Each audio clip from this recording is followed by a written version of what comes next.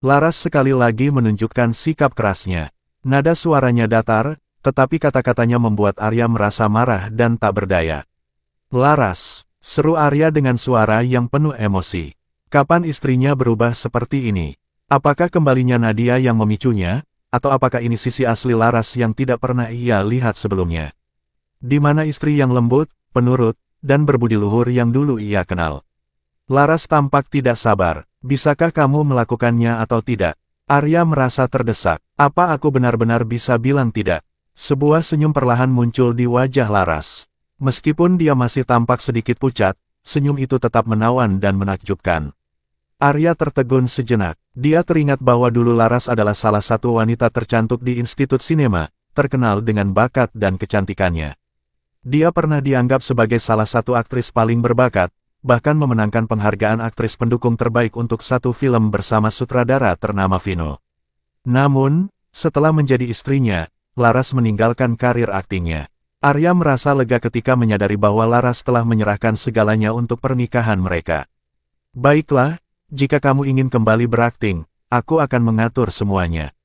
Kamu istirahat dulu di rumah, aku akan menyiapkan studio, agen, dan skrip terbaik untukmu, kata Arya dengan nada penuh kontrol. Senyum Laras perlahan menghilang. Dia tidak merasa terhormat dengan tawaran itu, justru ia merasa tersinggung. Segalanya telah diatur oleh Arya, seperti biasa, seolah-olah dia tidak memiliki kendali atas hidupnya sendiri. Aku tidak butuh bantuanmu, jawab Laras tegas. Arya terkejut. Apa maksudmu? Aku akan mengurus semuanya sendiri, jawab Laras menatap suaminya dengan tajam. Arya tampak tidak percaya. Industri hiburan itu keras Laras. Dan jangan lupakan, kamu adalah istri Arya, CEO Grup Wiratama. Apapun yang kamu lakukan akan mempengaruhi reputasi keluargaku dan perusahaan. Laras menatapnya tanpa gentar. Aku tidak peduli. Aku hanya tidak ingin bantuanmu. Tapi itu tidak berarti aku tidak akan mencari bantuan dari orang lain. Mata Arya menyipit. Siapa yang ingin kamu minta bantuan? Itu bukan urusanmu, jawab Laras dengan tenang, lalu berbalik dan pergi ke lantai atas. Arya terdiam, merasa bingung. Sikap Laras yang tegas dan tidak bergantung padanya membuatnya terkejut. Dia tidak menyangka bahwa istrinya, yang selama ini menurut dan lembut, bisa menunjukkan sikap yang begitu mandiri dan keras. Di kantornya, Arya memanggil Adi asisten pribadinya. Beritahu Departemen PR untuk segera mengeluarkan klarifikasi mengenai rumor antara aku dan Nadia. Adi yang tampak bingung, bertanya dengan ragu, Pak Wiratama, bukankah Anda sebelumnya mengatakan untuk tidak mengklarifikasi rumor itu? Arya tidak menjawab langsung, hanya menatap Adi dengan tatapan penuh tekanan. Baik Pak Wiratama, saya akan segera mengurusnya, jawab Adi akhirnya, sadar bahwa perintah atasannya tidak bisa dibantah. Di tempat lain, Nadia merasa sangat puas melihat tren di media sosial yang mengaitkannya dengan Arya.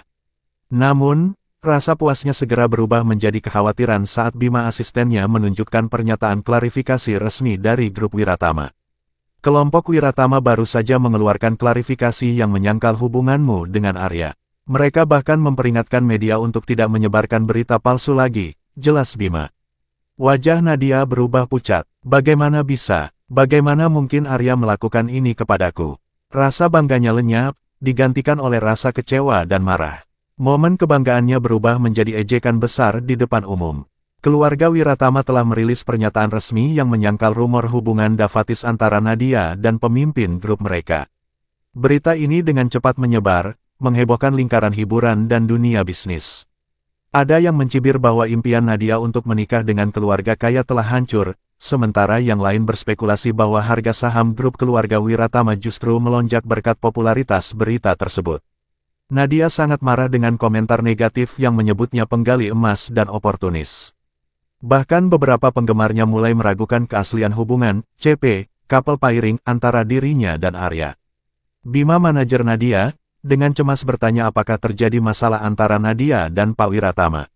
Nadia sambil memutar matanya, mengungkapkan bahwa dia belum bertemu dengan Arya sepanjang hari dan Arya juga tidak menanggapi pesan WhatsApp-nya. Aneh sekali, gumam Bima. Kalau mereka ingin mengklarifikasi rumor, kenapa baru dilakukan sekarang? Nadia merenung, mencoba menenangkan pikirannya. Kemudian, tiba-tiba dia berkata, mungkinkah Laras yang memberitahu Arya bahwa aku menemuinya, dan dia marah karena aku bertindak tanpa izinnya? Bima mengangguk penuh semangat, iya, itu pasti penyebabnya. Aku sudah bilang padamu jangan pergi, tapi kamu tetap keras kepala. Sekarang apa yang harus kita lakukan? Nadia, yang merasa frustrasi, merapikan rambutnya sambil berpikir. Akhirnya, dia memutuskan untuk menelepon Arya. Beruntung, Bima sudah menyiapkan ponsel baru setelah yang lama dihancurkannya. Saat Arya menjawab telepon, suaranya terdengar dingin dan jauh. Nadia, yang sudah lama meragukan apakah Arya benar-benar menyukainya atau hanya bersamanya karena rasa terima kasih, tetap tenang dan berbicara dengan nada lembut. Arya, aku khawatir berita di internet mungkin mengganggumu. Aku tidak ingin hal ini mempengaruhi reputasimu dan perusahaan. Kalau begitu, lain kali telepon aku langsung, jawab Arya dengan datar. Apa yang kamu inginkan? Nadia segera menjelaskan tindakannya mengunjungi Laras untuk mengambil foto, berharap dapat membantu Arya mengklarifikasi hubungan mereka jika rumor semakin meluas. Namun, alih-alih berterima kasih, Arya terdengar kesal. Kamu pergi menemuinya tanpa memberitahuku. Aku pikir Laras sudah mengatakannya padamu, jawab Nadia gugup, mencoba menjaga ketenangannya. Aku tidak bermaksud menyembunyikannya darimu. Arya diam sejenak sebelum dengan tegas menambahkan, lain kali jangan lakukan ini lagi tanpa memberitahuku. Nadia yang merasa cemas, mulai menangis pelan. Arya, maafkan aku. Aku hanya takut kau tak lagi menginginkanku. Meskipun Arya merasa terganggu, ia akhirnya menenangkan Nadia dengan mengatakan, jangan terlalu dipikirkan. Aku belum lupa janjiku. Setelah panggilan telepon berakhir, Arya merasa beban di pikirannya semakin berat. Dia membuka aplikasi WhatsApp dan melihat pesan dari Nadia. Tanpa sengaja, matanya melirik percakapan terakhir dengan Laras, dan ia menyadari bahwa istrinya belum menanyakan apakah ia akan pulang untuk makan malam. Sementara itu, Laras sedang berada di luar rumah, baru saja tiba di sebuah gedung perkantoran. 3 tahun lalu, dia membintangi film Gema Takdir yang disutradarai oleh Vino, dan berhasil memenangkan penghargaan aktris pendukung terbaik. Namun, karena Arya saat itu tidak ingin pernikahan mereka terekspos, Laras memilih untuk tidak menghadiri upacara penghargaan tersebut. Hari ini, 3 tahun sudah Laras menghubungi Vino untuk memenuhi janji lama. Vino, yang masih mengingatnya dengan baik, langsung menawarkan peran dalam proyek terbarunya. Tanpa berpikir panjang, Laras datang untuk mengikuti audisi. Laras, sebuah suara dari belakang menghentikan langkahnya. Dia berbalik dan terkejut melihat seseorang yang tak disangka-sangka. Pak, Dava Sanjaya, aktor muda pemenang penghargaan ganda di industri hiburan, telah memenangkan banyak penghargaan selama bertahun-tahun dan kini dianggap sebagai salah satu yang terbaik. Dia adalah senior Laras di perguruan tinggi, dan bahkan saat dia baru saja memulai karirnya, Dava sudah terkenal di seluruh negeri. Mereka seharusnya tidak sering berinteraksi. Pertemuan pertama mereka terjadi di klub drama sekolah saat Laras masih mahasiswa baru, dan Dava adalah seorang senior. Laras bergabung dengan klub untuk belajar, dan meskipun Dava adalah anggota klub, dia jarang berpartisipasi karena kesibukannya dalam syuting. Namun, pada hari Laras memulai drama pertamanya, kebetulan Dava memiliki sedikit waktu luang. Dia sangat gugup, tetapi untungnya, Dava tidak seperti yang dibayangkannya. Dava bukanlah sosok yang sombong dan sulit didekati, sebaliknya, dia lembut, sopan, murah hati dan baik. Mereka menghabiskan 2 tahun bersama di klub drama hingga akhirnya Dava lulus dan Laras menikah dengan Arya. Meskipun jarang berkesempatan berakting bersama karena kesibukan Dava, dia tetap mengajari Laras banyak hal, tidak hanya tentang akting, tetapi juga tentang bagaimana menghadapi penonton dengan pola pikir yang benar. Bimbingannya membuat Laras beralih dari peran pendukung di klub menjadi pemeran utama wanita di samping Dava. Karena peran utama itu pula, Laras menarik perhatian sutradara Vino yang datang ke Institut Sinema untuk mencari pemeran filmnya Gem Takdir. Momen tersebut menjadi titik balik bagi Laras, dan Dava lah yang banyak berjasa dalam perjalanannya. Saat ini, Dava berdiri di hadapan Laras dengan topi dan masker menutupi wajahnya. Meski begitu, dari sekilas, Laras masih bisa mengenalinya. Dava tetap tinggi dan proporsional sempurna, tetapi yang paling menonjol adalah matanya. Setelah 3 tahun, matanya tetap jernih dan bercahaya, seolah industri hiburan yang kompleks tidak mempengaruhinya sedikitpun. Dava melepas maskernya dan tersenyum, kamu benar-benar adik kecilku. Di klub drama dahulu, mereka cukup dekat. Dava bahkan menyarankan agar mereka memanggil satu sama lain dengan panggilan saudara mentor dan adik mentor daripada senior dan junior, dan Laras senang menerima saran tersebut.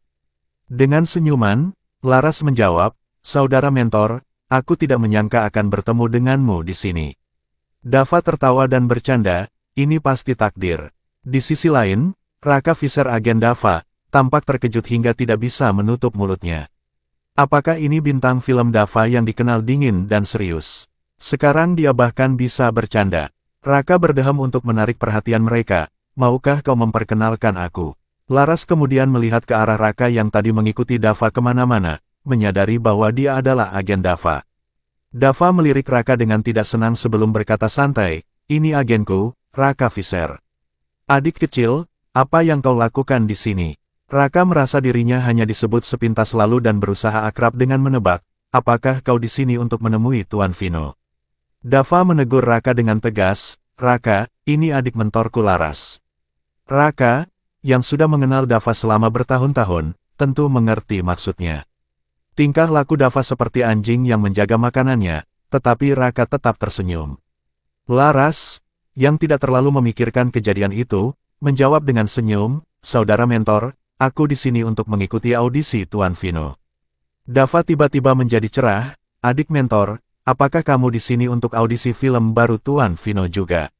Laras mengangguk, menjelaskan bahwa Vino memintanya mengikuti audisi. "Bagus sekali, sepertinya kita akan bekerja sama," ujar Dava dengan penuh semangat. Laras terkejut mendengar ini, bekerja sama dengan Dava Sanjaya adalah sebuah keberuntungan yang luar biasa.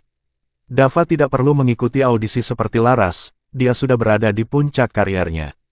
Bisa mengundangnya adalah sesuatu yang patut disyukuri oleh Vino. "Ayo masuk dulu," ajak Dava sambil memastikan Laras tetap di dekatnya. Raka dengan bijaksana melangkah mundur, membiarkan mereka berjalan berdua. Di dalam, Vino melihat Laras datang bersama Dava dan merasa sedikit bingung. "Tuan Sanjaya, Tuan Visser, senang bertemu dengan kalian," kata Vino sambil berjabat tangan dengan keduanya. Vino bertanya kepada Laras, "Apakah kamu datang bersama Tuan Sanjaya?" Laras menjelaskan, "Kami bertemu di bawah dan datang bersama-sama." Vino merasa lega saat mendengar penjelasan itu. Dava menjelaskan lebih lanjut, "Kami bekerja sama di klub drama sekolah selama 2 tahun. Vino tersenyum, "Ini luar biasa. Sepertinya kita tidak perlu khawatir tentang chemistry di antara kalian. Kalian sudah saling mengenal." Dava kemudian menyarankan agar mereka mengadakan adegan bersama untuk melihat apakah mereka masih memiliki chemistry yang baik, dan Vino setuju. Laras yang mendengar itu merasa gugup. Berakting bersama gurunya, seseorang yang telah membimbingnya selama ini, akan menjadi ujian yang sesungguhnya.